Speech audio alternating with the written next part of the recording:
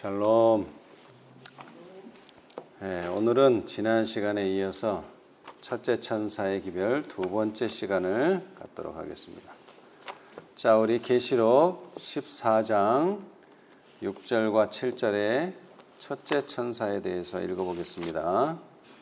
누가 한번 읽어보세요. 계시록 14장 6절 7절입니다. 또 보니 다른 천사가 공중에 날아가는데 땅에 거하는 자들 곧 여러 나라와 족속과 가문과 백성에게 전할 영원한 복음을 가졌더라. 그가 큰 음성으로 가로되 하나님을 두려워하며 그에게 영광을 돌리라. 이는 그의 심판하실 시간이 이르렀음이니 하늘과 땅과 바다와 물들의 근원을 만드신 이를 경배하라 하더라. 예. 자, 이 두 절 속에 한 5가지 정도의 서로 다른 색깔의 기별들이 있습니다. 제일 먼저는 영원한 복음을 가졌더라. 그래서 복음이 나와요. 그 다음에 두 번째는 하나님을 두려워하며 경외, 경외라는 단어를 쓰죠. 두려워한다. 그 다음에는 그에게 영광을 돌리라. 영광. 그 다음에는 그의 심판하실 시간이 이르렀음이니 심판. 그 다음에 하늘과 땅과 바다와 물들의 근원을 만드신 이를 경배하라 하더라. 그래서 5가지 정도 나오는데 이 영원한 복음은 무엇과 연관이 있느냐 하면 심판하실 시간과 관계가 있습니다. 그래서 심판하실 시간이 가까웠다는 것을 알려주고 경고하는 것이 곧 뭐라고요? 복음이다. 특별히 영원한 복음이라 이렇게 재림과 관련해서요. 영원한 복음이라. 그래서 지난 시간에 이 복음과 심판에 대해서 설명을 드렸고요. 자, 오늘은 하나님을 두려워하며. 자, 하나님을 두려워한다. 여러분 하나님을 두려워하십니까? 예, 이 구약에는 또 경외라는 단어를 쓰게 됐는데 여러분 이스라엘 백성이 또는 하나님의 백성이 가장 두려웠던 때가 있었습니다. 언제입니까? 언제? 시내산에서. 자, 우리 출애굽기 20장을 보겠습니다. 정말로 두렵고 떨렸습니다. 그래서 하나님 대신 누가 말해달라 그랬어요? 모세가. 하나님이 너무 두렵고 떨려서 하나님을 직접 대면하기를 꺼려하기 때문에 모세가 대신 좀 중간에서 말해주기를 바랄 정도로 아주 두렵고 떨리는 장면이 나오게 됩니다. 자, 20장 앞에는 뭐죠? 10계명이 있습니다. 그렇죠? 10계명. 그 다음에 18절. 뭇 백성이 우레와 번개와 나팔소리와 산의 연기를 본지라. 그들이 볼 때에 어떻게 했다고요? 떨며 멀리 서서 모세에게 이르되 당신이 우리에게 말씀하소서. 우리가 들으리이다. 하나님이 우리에게 말씀하시지 말게 하소서. 우리가 뭐 할까? 죽을까 하나이다. 예. 이게 죽음에 직면한 사람이 느끼는 것이 바로 공포고 두려움입니다. 근데 그 일이 언제 벌어졌느냐? 시내산에서. 왜 하나님께서는 이렇게 두렵고 떨림으로 율법을 주셨을까요? 예? 즐겁고 좀 신나게 주실 수는 없나요? 왜냐하면 이 율법이 뭐하게 인식돼야 돼요? 뭐하게? 평생 또는 영원히 산다면 영원히 각인시키기 위해서 가장 강력한 그 환경에서 주시기 위해서 두렵고 떨림으로 번개가 치고 천둥이 치고 그 다음에 우레 같은 목소리로 십계명을 낭독하시는 그러한 상황을 연출한 거예요. 그렇죠? 자, 또 신명기에서도 나옵니다. 신명기 자, 시내산에 있었던 경험을 다시 되새겨주는 겁니다. 모세가. 자, 신명기 4장. 누가 한번 읽어보세요. 10절로 13절.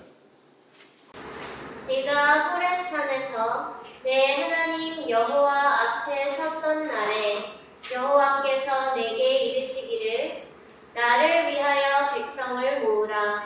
내가 그들에게 내 말을 들려서 그들로 세상에 사는 날 동안 나 경외함을 배우게 하며 그 자녀에게 가르치게 하려 하노라 하시매 너희가 가까이 나와서 산 아래 서니 그 산에 불이 붙어 화염이 충천하고 유황과 구름과 흑암이 덮였는데 여호와께서 화염 중에서 너희에게 말씀하시되 음성뿐이므로 너희가 그 말소리만 듣고 형상은 보지 못하였느니라. 여호와께서 그 언약을 너희에게 반포하시고 너희로 지키라 명하셨으니 곧 십계명이며 두 돌판에 친히 쓰신 것이라. 아멘. 자, 그래서 출애굽기는 사건을 묘사한 것이고요. 신명기는요, 그 사건을 다시 한번 백성들에게 각인시키는 겁니다. 어떤 일이 벌어졌다고요? 경외함을 그들로 세상에 사는 날 동안 나 경외함을 배우게 하기 위해서, 두렵고 떨림을 배우게 하기 위해서, 하나님을 경외하도록, 하나님을 두려워하도록, 하나님을 무서워하도록, 그래야지 뭐를 지킬 수 있어요? 계명을, 십계명을, 율법을 지킬 수 있겠죠? 자, 이것은 또 예레미야서에서 말합니다. 자, 그 십계명이 돌에다 새겨졌는데 이게 사실은 돌에 새겨져야 될 게 아니라 어디에 새겨져야 될 겁니까? 마음에. 예레미야 31장 33절. 나 여호와가 말하노라.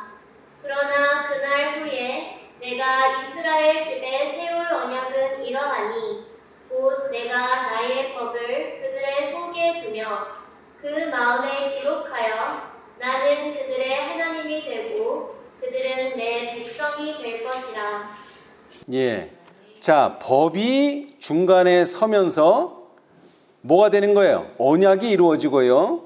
그 다음에 그 언약이 이루어질 때 하나님이 우리의 하나님이 되고, 그 다음에 그 법이 새겨진 사람은 하나님의 백성이 된다.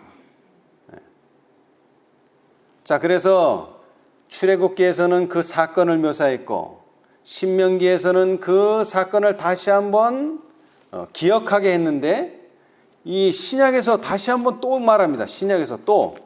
자, 히브리서 세 번째 말하는 거예요. 지금 세 번째. 히브리서 12장 18절로 21절. 히브리서 12장 18절로 21절 한번 읽어보세요. 너희의 이른 곳은 만질만한 불 붙는 산과 흑음과 흑암과 폭풍과 나팔 소리와 말하는 소리가 아니라 그 소리를 듣는 자들은 더 말씀하지 아니하시기를 구하였으니 이는 짐승이라도 산에 이르거든 돌로 침을 당하리라 하신 명을 저희가 견디지 못함이라. 그 보이는 바가 이렇듯이 무섭기로 모세도 이르되 내가 심히 두렵고 떨린다 하였으나. 예, 모세도 떨린다고 말할 정도예요. 모세도. 그러니까 일반 백성들은 뭐 말할 것도 없겠죠. 자, 그런데 이것은 다시 한번 그 시내산에서 율법이 주어지는 광경을 다시 한번 말해주고 있어요. 기억나게 하고 있어요. 그런데 이 히브리서는 좀 더 구체적으로요, 또 강력하게 끝절에 가면은요, 28절 29절에 보면 그러므로 우리가 진동치 못할 나라를 받았은즉 은혜를 받자 이로 말미암아 경건함과 두려움으로 하나님을 기쁘시게 섬길지니. 우리 하나님은 어떤 분이라고요? 소멸하는 불이심이니라. 예. 그러니까 두렵고 떨린 거예요. 그 불이 얼마나 강력한지. 그리고 이 불은 뭐를 소멸합니까? 여기 대상은 없는데 하나님은 뭘 소멸해요? 죄예요. 다른 거 없어요. 의를 소멸하는 건 아니에요. 죄, 악, 이것이 있다면 우리도 다 불에 다 없어집니다. 그래서 28절이 말했잖아요. 그러므로 우리가 진동치 못할 나라를 받았은즉 은혜를 받자. 이로 말미암아 경건함과 두려움으로 하나님을 기쁘시게 섬길지니. 예. 그래서 첫째 천사의 기별, 하나님을 뭐 하라고요? 두려워하며 라는 말이 나오는 것입니다. 그래서 이것도 율법과 관련이 있어요. 그렇죠? 예. 자, 그 다음에 이제 뭐라고 말합니까? 첫째 천사는 그에게 뭐를 돌리라? 영광을 돌리라. 영광. 우리가 세상에서도 많이 쓰지만 세상 영광과는 좀 차이가 좀 있는데요. 자, 성경적으로 이 영광을 좀 봅시다. 자, 요한복음. 성경은 뭘 영광이라고 말하는가? 자, 요한복음 1장 14절입니다. 말씀이 육신이 되어 우리 가운데 거하심에 우리가 그 영광을 보니 아버지의 독생자의 영광이요 은혜와 진리가 충만하더라. 예, 여기에 영광이라는 단어가 나오죠. 말씀이 뭐가 돼요? 육신이 돼요. 우리 가운데 거하심에, 이거 누구를 말하는 겁니까? 예수님이죠. 그런데 우리가 그 예수님을 보니 이러면 이해가 쉬운데 그 뭐를 보니? 영광을 보니 이래놨어요. 영광. 그래놓고선 또 다시 영광을 봤는데 그 영광이 뭐라고요? 아버지의 독생자의 영광이다. 예, 좀 이해가 힘들죠? 자, 그런데 요한복음을 또 보면은요, 요한복음 15장 8절, 너희가 과실을 많이 맺으면 내 아버지께서 영광을 받으실 것이요 너희가 내 제자가 되리라. 자, 너희가, 그러니까 예수님의 제자들이 과실을 많이 맺으면 어떤 일이 벌어진다고요? 아버지께서 영광을 받으신다. 예. 이 영광이라는 단어가 성경에서는 뭘로 대체되느냐면 품성. 자, 이제 봅시다. 요한복음 1장 14절, 말씀이 육신이 되어 우리 가운데 거하심에 우리가 그분의 품성을 보니. 어떤 품성이라고요? 아버지의 독생자의 품성이요. 좀 이해가 되죠? 예. 그 다음에 너희가 과실을 많이 맺으면 내 아버지께서 그 품성으로 영광을 받으신다. 그 뜻이에요. 그렇죠? 예. 그리고 고린도전서에도 나옵니다. 6장 19절로 20절. 너희 몸은 너희가 하나님께로부터 받은 바 너희 가운데 계신 성령의 전인 줄 알지 못하느냐. 너희는 너희의 것이 아니라 값으로 산 것이 되었으니 그런즉 너희 몸으로 하나님께 영광을 돌리라. 이 말은 너희 몸으로 품성으로 하나님께 영광을 돌리라. 근데 성경은 구체적으로 품성이 영광이라는 단어는 사용하지 않습니다. 근데 열처녀 비유에 보면은 나와요. 열처녀 비유. 자, 우리 실물교훈 한번 읽어보겠습니다. 실물교훈 415페이지. 이 영광이라는 것이 다른 뜻이 아니라 품성이라는 의미입니다. 품성. 자, 실물교훈 415페이지. 이 세상을 덮고 있는 어두움은 이 세상을 덮고 있는 어두움은 하나님께 대한 오해의 어둠이다. 사람들은 하나님의 품성에 대한 지식을 잃어버리고 있다. 하나님의 품성은 잘못 이해되고 그릇 해석되고 있다. 이러한 때에 하나님께서 주신 기별이 전해져야 한다. 이 기별은 광범위한 감화력과 구원의 능력을 가지고 있다. 하나님의 품성이 널리 알려지게 해야 한다. 이 어두운 세상에 하나님의 영광의 빛, 곧 그분의 인자와 긍휼과 진리의 빛을 비춰주어야 한다. 아멘. 자, 여러분, 이 세상이 환하다고요? 어둡다고요? 어둡다. 왜 어두워요? 하나님에 대한 오해가 있기 때문에. 근데 구체적으로 뭐에 대한, 하나님의 뭐에 대한? 품성에 대한 오해가 있기 때문에 그렇다. 그래서 품성이 제대로만 드러난다면 그것은 하나님의 영광의 빛이다. 이 영광이라는 단어와 동일하게 사용되는 단어가 빛입니다. 영광은 빛이요 빛은 영광이에요. 예. 그래서 이 영광과 빛이 이 열천에 비유해서 어떻게 묘사됐느냐 하면은 뭐가 있을 때 빛이 난다는 거예요. 등을 가졌을 때 어디서 빛이 나요? 등에서부터 빛이 나요. 근데 이 등은 그냥 빛이 나는 게 아니라 뭐를 넣을 때 빛이 나죠? 기름을 넣어야지만 빛이 나는 거예요. 기름 없이는 빛이 안 나요. 기름이 타면서 빛을 내기 때문에. 근데 그 기름이 뭐라고요? 성령이고 또 다른 말로 하면 품성이다. 예. 특히 하나님의 품성은 인자, 긍휼, 또 더 나아가서 진리의 빛이다. 예. 진리의 빛. 이 품성과 진리도 연관이 있습니다. 근데 중요한 것은 이 영광이라고 하는 것은 품성을 의미하는 것이다. 그리고 그 품성은 빛을 발해야 한다. 그런데 화입 부인이 계시를 봤어요. 지성소에 들어가셨어요. 뭘 보셨습니까? 거기서 언약궤를 봤어요. 근데 그 언약궤 속에 또 뭐가 있죠? 두 돌비. 아까 시내산에서 두렵고 떨림으로 받았던 그 두 돌비. 그 두 돌비가 어떻게 됐다 그랬어요? 빛이 난다 그랬어요. 계명에서 빛이 난다. 특히 어느 계명에서 빛이 나요? 두 돌비 중에 요 네 개 하나님께 대한 의무가 기록되어 있는 요 하나 둘 셋 네 계명이 있는 그 돌이 빛이 나요. 그 다음에 그 중에서도 또 뭐가 빛이 나요?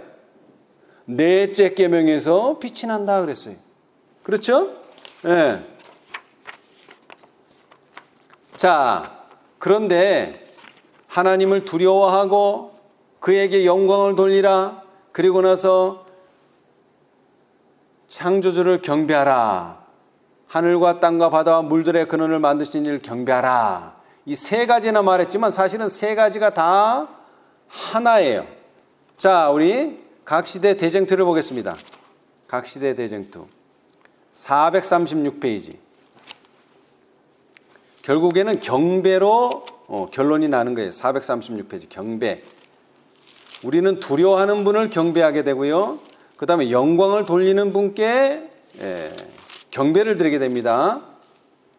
자, 뭐 처음부터 읽어보면 참 좋겠지만, 자, 구속역사 1578페이지 왼쪽 단 위에서 첫 번째, 인류는 첫째 천사를 통하여 하나님을 두려워하며 그에게 영광을 돌리고, 그 다음에는요, 주님을 천지의 창조주로 경배하라는 명령을 받았다.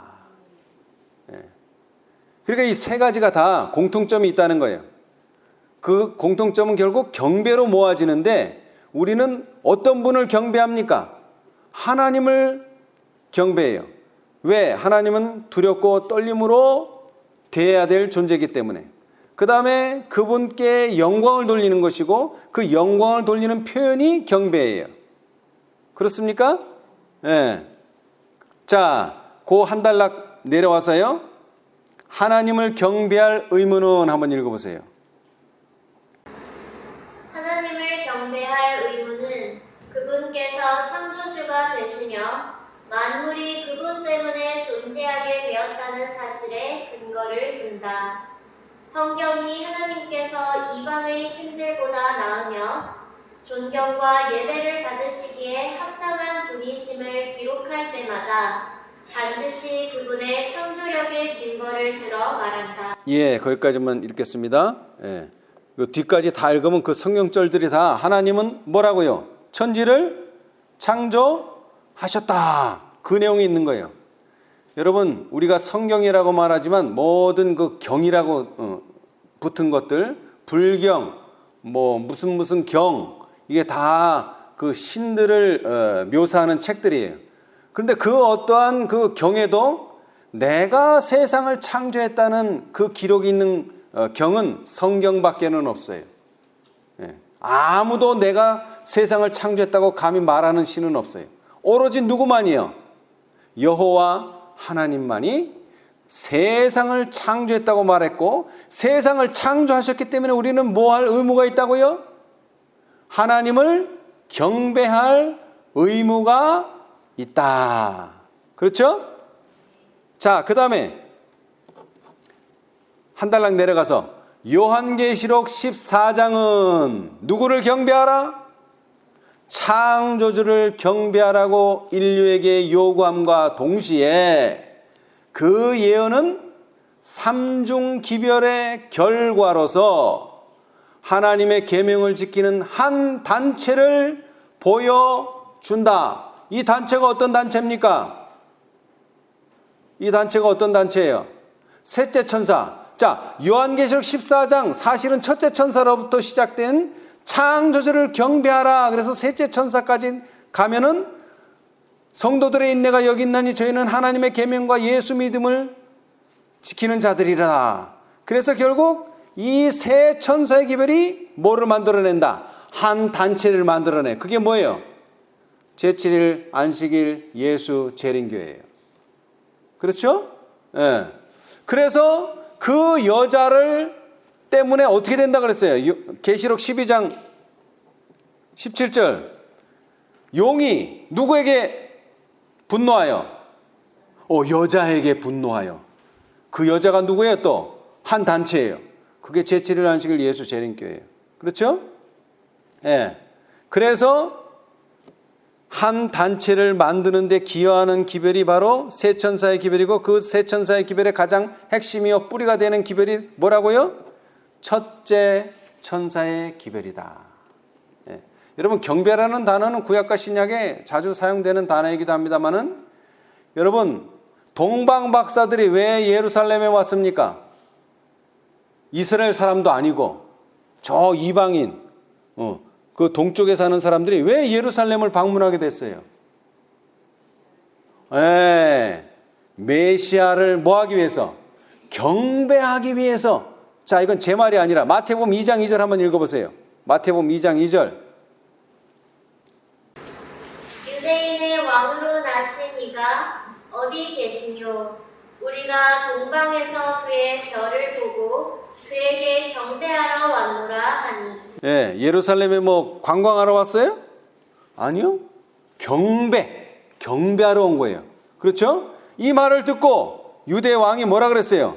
8절에 베들레헴으로 보내며 이르되 가서 아기에 대하여 자세히 알아보고 찾거든 내게 고하여 나도 가서 그에게 경배하게 하라. 자기도 경배하겠다. 자, 11절.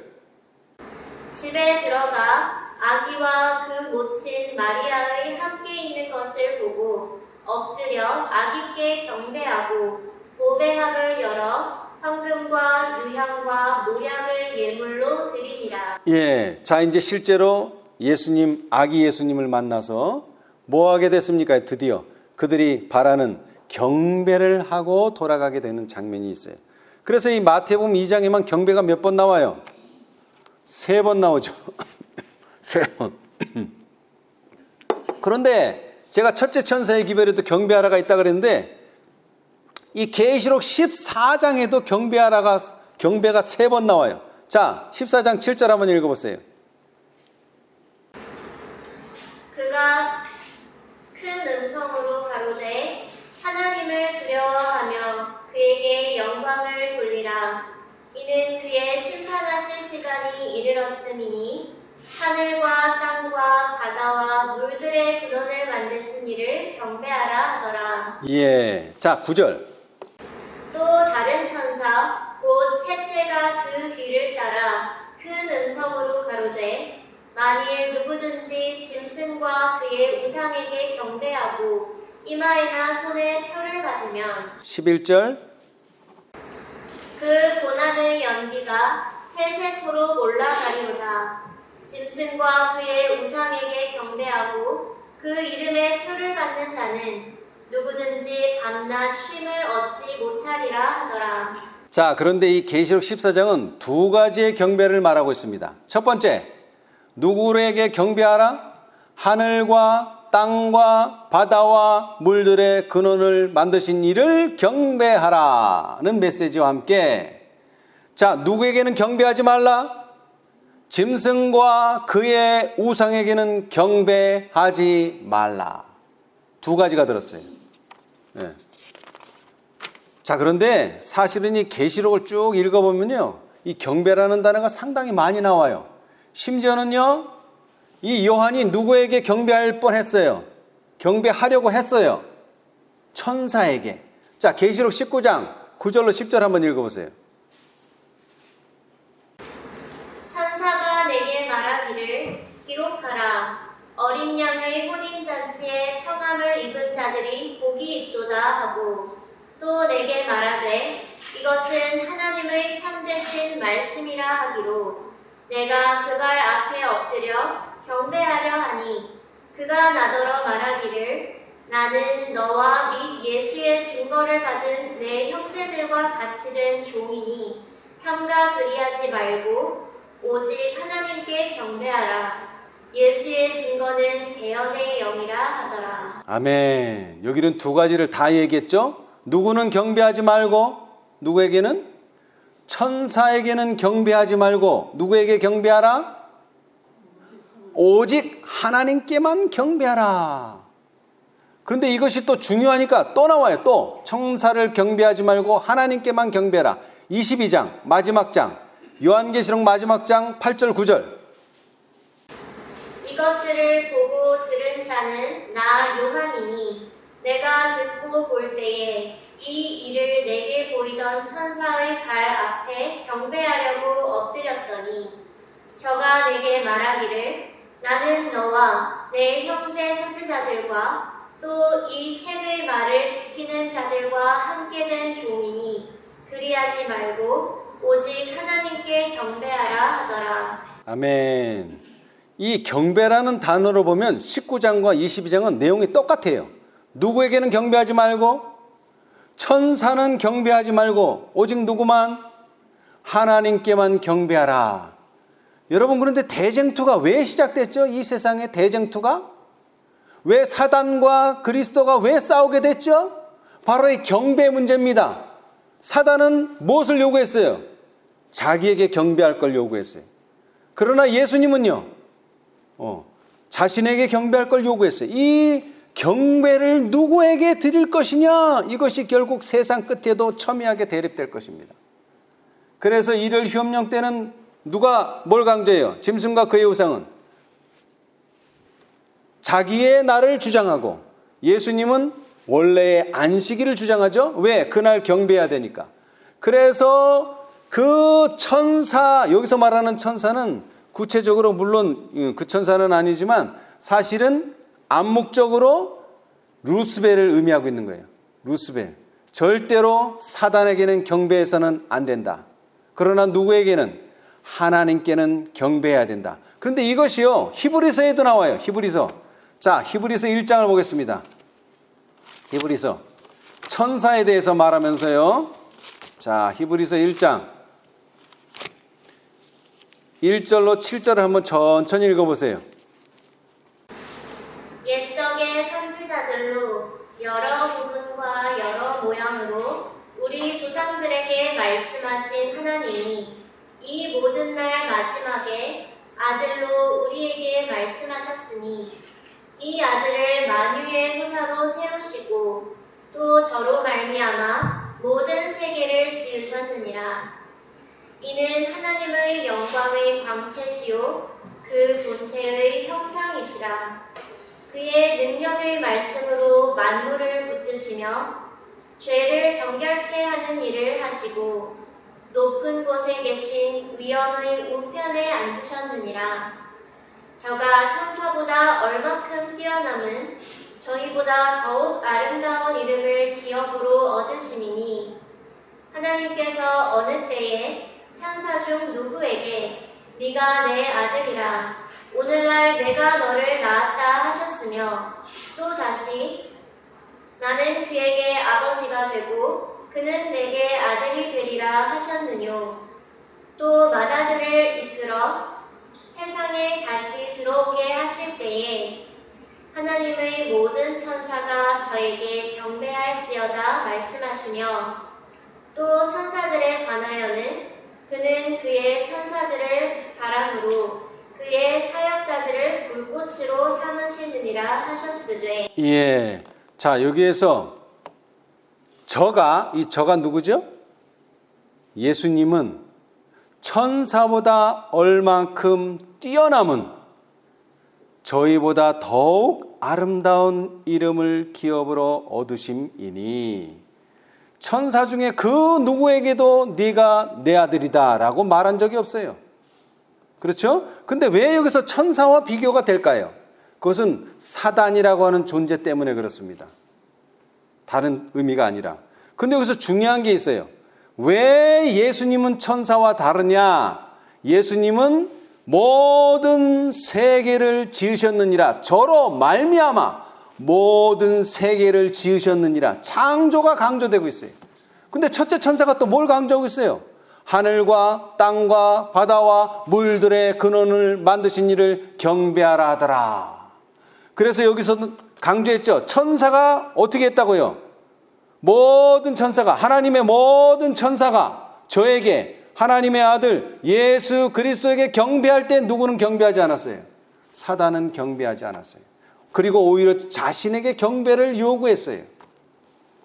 그런데 그 모든 대쟁투의 끝이 바로 이 세 천사의 기별로 말미암아 끝날 것인데 그것을 강조한 것이 셋째 천사가 아니라 오히려 첫째 천사가 하나님께만 경배할 것을 강조하고 그 경배하는 이유는 하나님께서 이 세상을 창조하셨기 때문이다. 창조주이기 때문에 우리는 그분께 경배를 드려야 된다. 그리고 그분을 두려워해야 되고 그분에게 영광을 돌려야 된다. 그것을 누가 말했다고요? 첫째 천사가. 셋째 천사가 말한 게 아니라 이미 첫째 천사가 그것을 말하고 있어요. 그렇죠? 근데 이 모든 것은 또 뭐로 귀결돼요? 율법. 하나님을 두려워하는 그 장면도 시내산에서 율법을 줄 때고 가장 영광스러운 곳이 지성소인데 그 영광스러운 곳에서 가장 영광스러운 것이 하나님의 계명인데 그 계명 중에서도 네 계명이고 그 네 계명 중에서도 넷째 계명이 가장 영광스러운 계명이에요. 그리고 그 두려워하고 영광을 돌리는 그분께 우리는 뭐를 드려야 된다? 경배를 드려야 된다. 네. 자, 우리 결론적으로 계시록 14장 전체를 다시 한번 읽고 마치도록 하겠습니다. 자, 계시록 14장 6절과 7절입니다. 계시록 14장 6절과 7절 시작. 또 보니 다른 천사가 공중에 날아가는데 땅에 거하는 자들 곧 여러 나라와 족속과 방언과 백성에게 전할 영원한 복음을 가졌더라. 그가 큰 음성으로 가로되 하나님을 두려워하며 그에게 영광을 돌리라. 이는 그의 심판하실 시간이 이르렀음이니 하늘과 땅과 바다와 물들의 근원을 만드신 이를 경배하라 하더라. 아멘. 아무쪼록 우리 모두 이 놀라운 첫째 천사의 기별을 경험하게 되시기를 간절히 바라면서 오늘 말씀 마치겠습니다. 감사합니다.